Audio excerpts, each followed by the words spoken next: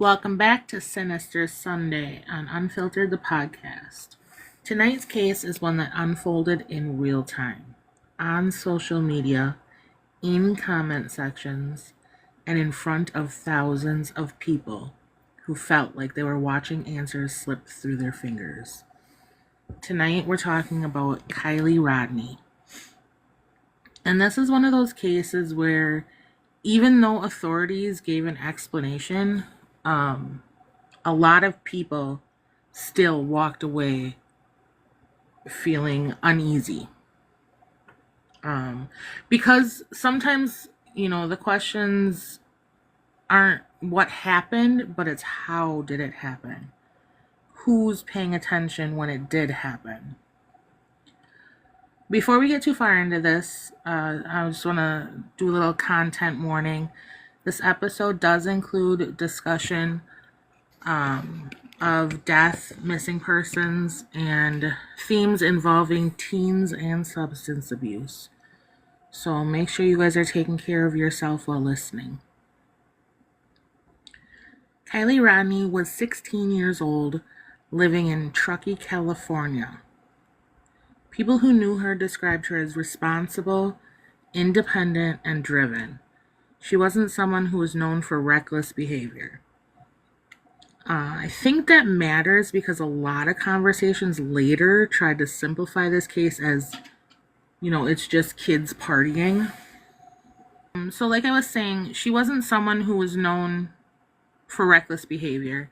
And I think that matters because a lot of conversations later tried to simplify this case as, just kids partying.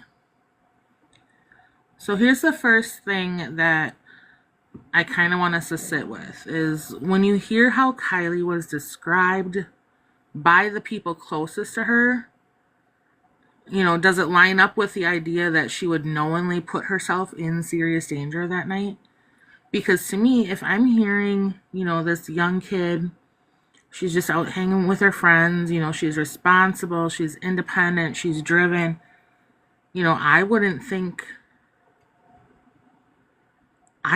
that she would put herself in danger.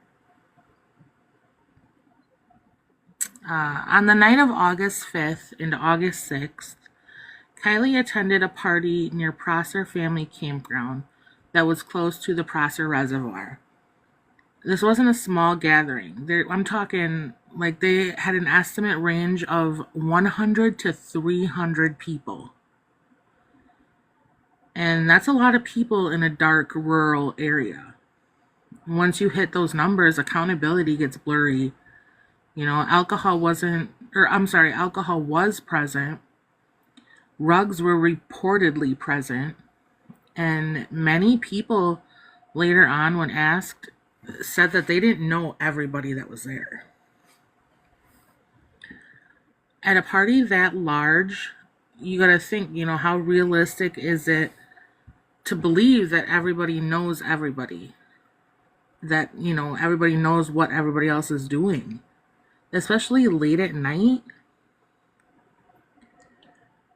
So Kiely arrived at the party in her silver Honda CRV.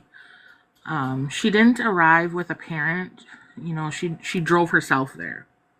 And that becomes important later because the car becomes central to the entire case. Now, I'm questioning, who actually saw Kiely get into the car that night? And are those accounts, consistent? Was it multiple people that saw her at the same time? I'm kind of curious to hear everybody's. So at 12:33 a.m., Kiely sent a text message to her mom. She said she was leaving the party and that she would be home in about 45 minutes.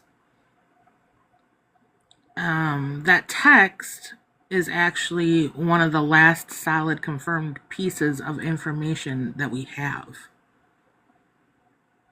If Kiely believed she was on her way home, I'm curious what happened in the moments like immediately after she sent that text message.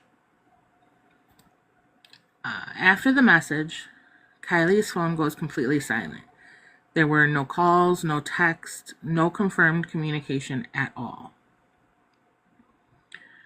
That kind of raises some alarms, especially with someone who was expected to be home shortly after. And what keeps running through my mind is, at what point does running late turn into something is wrong? She gave a specific time in the text message, I'll be home in 45 minutes, okay? When she doesn't show up in that 45 minutes, how much longer do you give after that? And who's responsible for recognizing that shift in, between running late and something is wrong? Searches began pretty quickly. Law enforcement and volunteers searched the roads, the campsites around the area, the nearby terrain, and her car was never found. I shouldn't say never found. It wasn't found at that time. That's one of the strangest parts, really, because vehicles are usually pretty easy to locate, a lot easier to locate than, people. It's hard to hide a vehicle,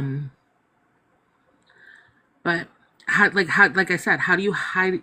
How does a silver SUV disappear from a relatively, contained rural area without being spotted for over 2 weeks?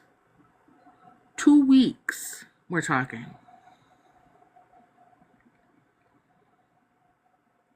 As the days passed, social media exploded. People online analyzed videos, screenshots, statements.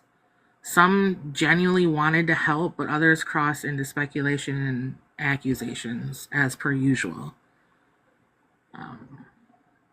And you see that a lot.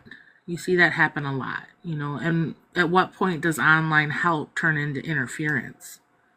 You got to wonder if when does that, impact the investigation? So eventually a well-known volunteer dive team called Adventure with Purpose joined in on the search. They're actually here on, you can look them up. They specialized in locating submerged vehicles, and what they found would shock a lot of people. On August 21st, 2022, Kiely's vehicle was found submerged in Prosser Reservoir, about 55 feet from the shore. The car was upside down, and Kiely was inside of it. This was 16 days later, in an area that had reportedly been searched. How does a vehicle remain unnoticed in that location for that long? And what does that say about the earlier searches? This vehicle was only 55 feet from the shore. So in this next part, we're going to walk through the official explanation and why it left so many people uneasy. So after the vehicle recovery, authorities ruled Kiely's death an accidental drowning. They believe that she left the party alone, drove toward the reservoir, entered the water unintentionally, and that she was unable to escape. On paper, it sounds pretty straightforward, okay? When an explanation is labeled, simple, it doesn't always mean that it's complete or convenient. The autopsy did end up confirming that drowning was the cause of death. There were no signs of blunt force trauma no defense wounds or anything like that. There was no evidence of foul play whatsoever that was reported. The toxicology did show that she had alcohol in her system. When intoxication is introduced into a case like this, you have to think, does it clarify events, or is risk minimizing unanswered questions? I feel like, I don't know. I feel like it could clarify events, but she knew this area. So I question it. The Honda CR-V was found upside down. Authorities said that the slope and the terrain could explain how the car flipped, but that explanation didn't sit well with everybody. And you have to wonder, how common is it for a vehicle to enter water and end up inverted? I guess if it would depend on the flow of the water. If there is like a heavy current or something, it could hit a rock and flip. I don't know. So we know that Kiely texted at 12:33 a.m. and her vehicle is found 16 days later. That's a long window for something so close to shore to go unnoticed. If this had happened like shortly after the text, why wasn't the car found during early search efforts? And that's kind of what I'm curious about. 55 feet from the shore, it's, the Prosser Reservoir. That's where they were partying. How do you not notice a vehicle in there? They have to search that area. But they don't find the vehicle until 16 days later. Law enforcement stated the area had been searched, yet a volunteer team is who actually located the vehicle those 16 days later. And that's another contrast that raised serious questions. You got to wonder, too, what does it mean for public trust when volunteer teams find critical evidence that official searches missed? Did they actually miss it? Was that vehicle there the whole time? Did that vehicle show up there later on? I don't think we'll ever know that. Witness accounts from the party varied. Some described Kiely as intoxicated, and others said that she seemed just fine. And those inconsistencies matter. When witness statements don't align, how do investigators even decide which narrative becomes the official one? I feel like they're going to have to look at all, from all directions. They're going to have to have, if she was intoxicated, if she wasn't intoxicated, they'll have to look at it from all different ways. So authorities suggested that she may have taken a wrong turn, but like I said earlier, she was familiar with the area. And intoxicated or not, how likely is it if, someone is familiar with the terrain that they would accidentally drive into a reservoir? And under what circumstances could that happen? Was there somebody else with her? One of the hardest questions is whether Kiely had a chance to escape. Okay? So she's in cold water. There was darkness, panic, and those moments are critical.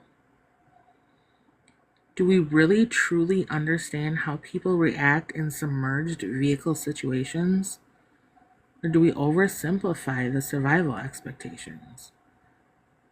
I don't think we ever know unless you've gone through it or you're going through something like that. You don't know. You don't know how you're going to act. You can prepare all you want, but unless you're going through that or in that situation, you can't say whether you'll be able to survive or not or how you're going to react. In the next part, we're going to talk about online speculation, accusations towards friends, and the ethical line between questioning and blaming. Because once a case goes public, the impact of it, spreads far beyond the evidence. Once Kiely was reported missing, this case didn't stay local for very long. Social media picked it up fast. It was on TikTok,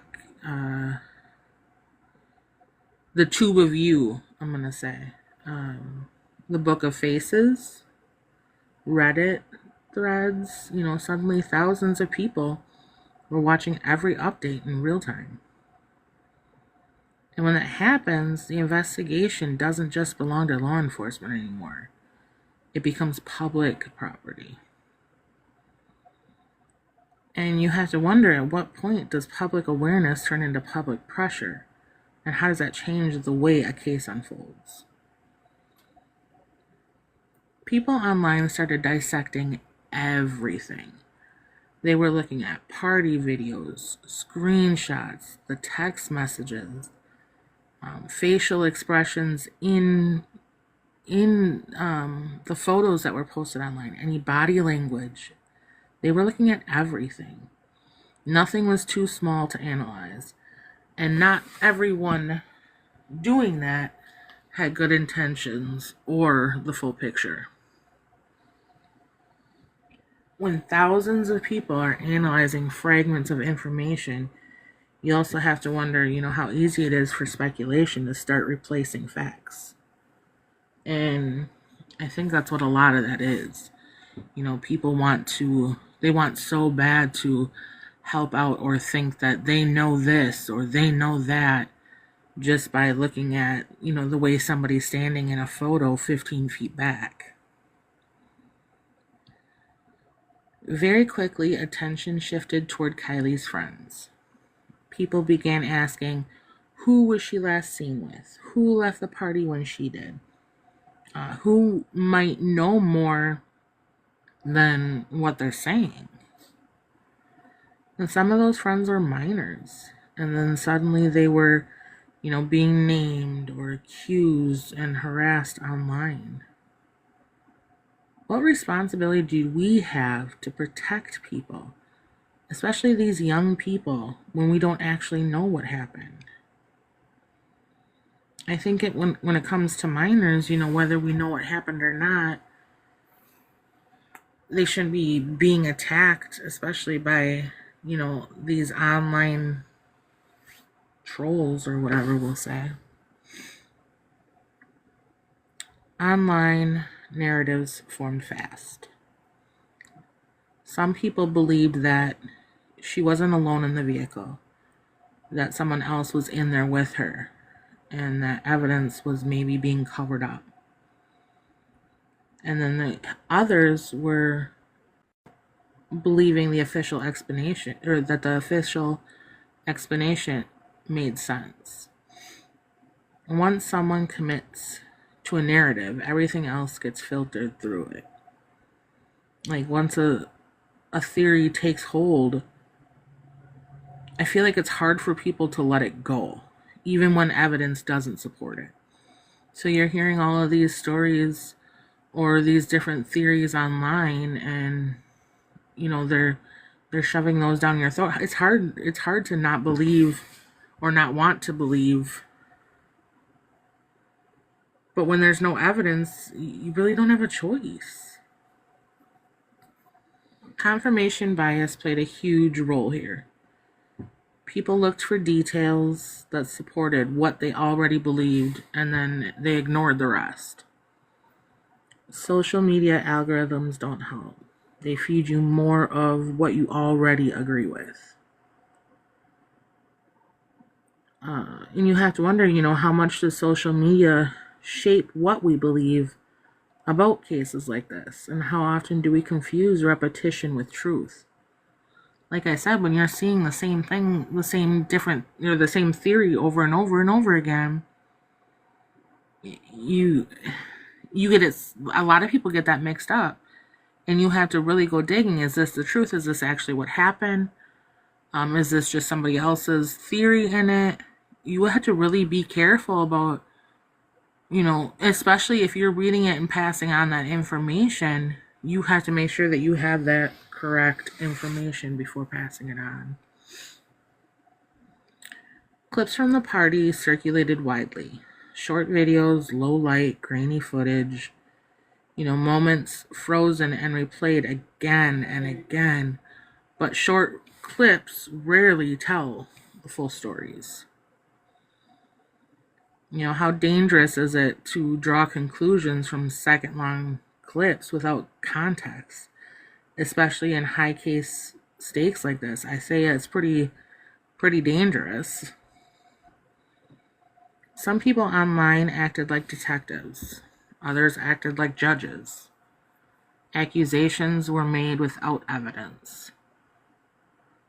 Reputations were damaged in real time. And none of that happens in the courtroom. It happens in these comment sections here.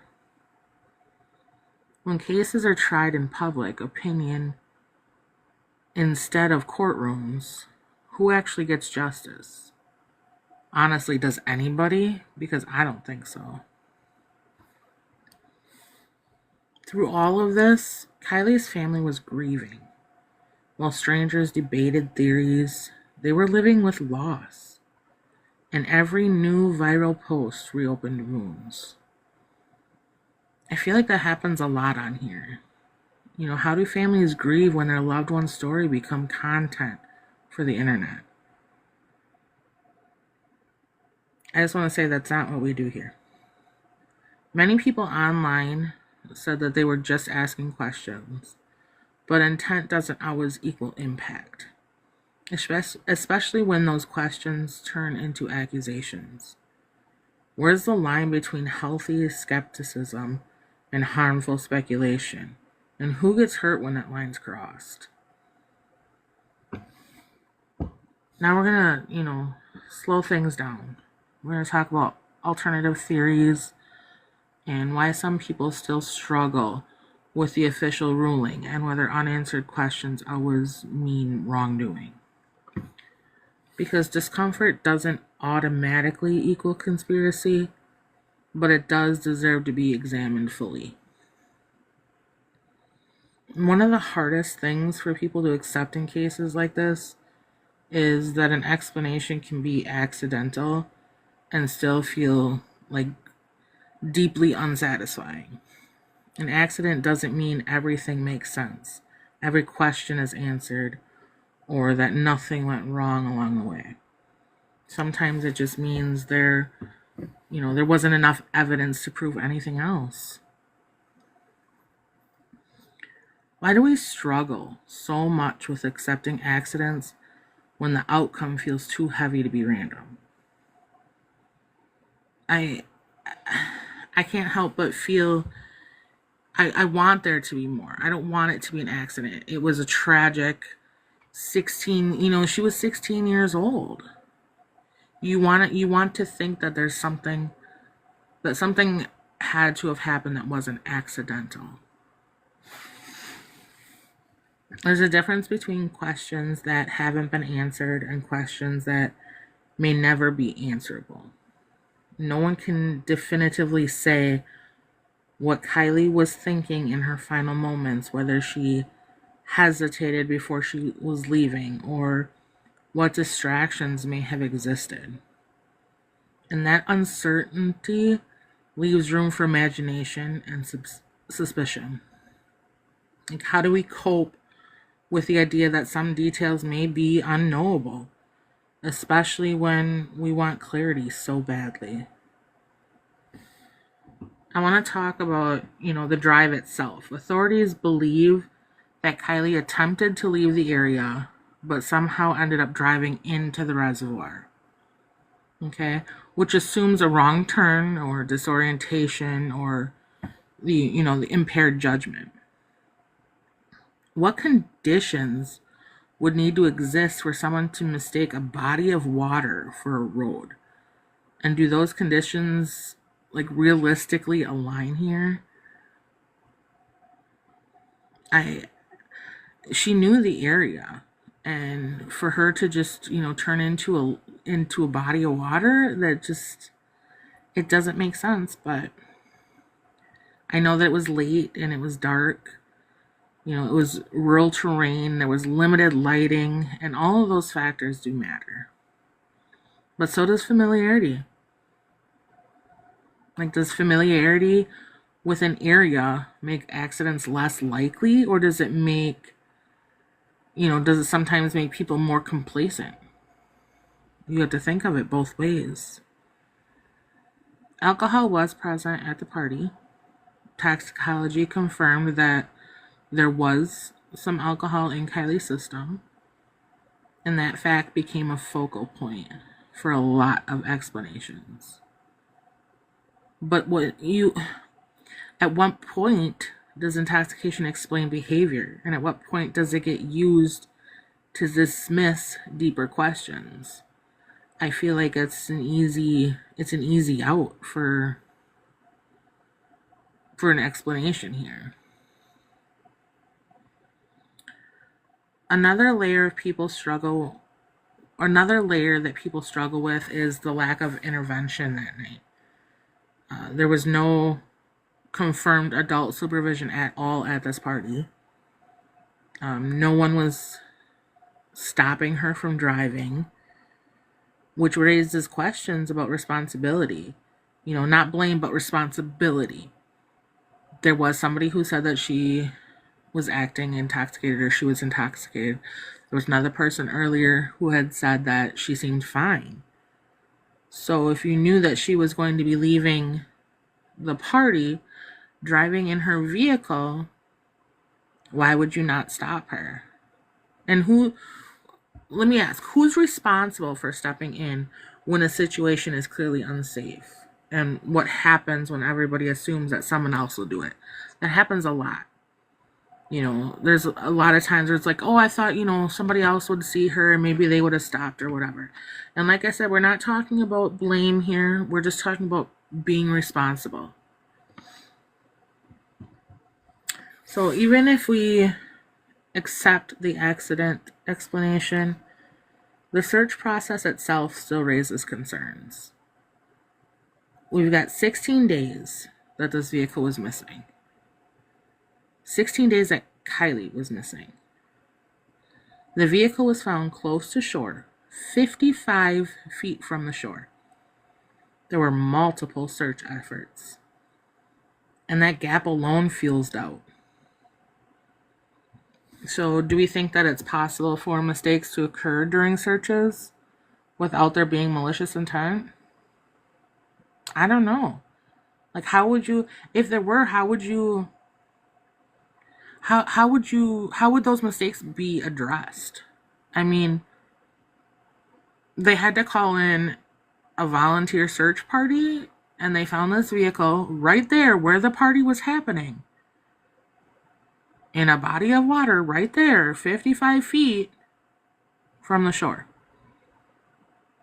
But it took them 16 days to find it.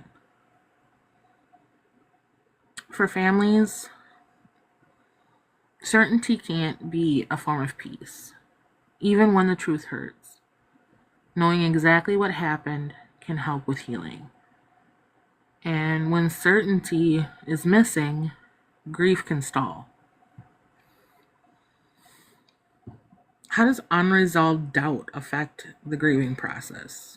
Is closure always possible? I don't think that closure is always possible. I don't know if these people are ever going to know what really happened. They're going to have these questions going through their minds their entire life. This case lingers not because it's sensational, but because it feels relatable. It was a party. It was a drive home. It was a routine night that turned irreversible. It forces people to imagine themselves or someone that they love in that situation. And you have to think, do cases like this disturb us more because they feel possible, even ordinary? I think it is. I mean, how many of us have been out in a cornfield partying late at night, early in the morning? Well, we were teens. I'm from Wisconsin, so I know I was doing that every Friday night. So, in this final part, we're going to step back and reflect. Not just on Kiely's case, but on what it teaches us about assumptions, accountability, and how quickly normal nights can turn tragic. Because Sinister Sunday isn't just about what happened, it's about what we learn. When we step back from timelines and theories and debates, we're left with something much simpler and heavier. We're left with a 16-year-old girl who went to a party and she never made it home. No matter where people land on the explanation, the truth doesn't change. When a case ends without the clarity people hope for, how do we decide what matters the most? Answers, accountability, or prevention? So often, tragedies like this get reduced to phrases like one bad decision or a series of unfortunate choices. But that framing can feel dismissive, especially to families. Does labeling a tragedy as a bad decision help us understand it?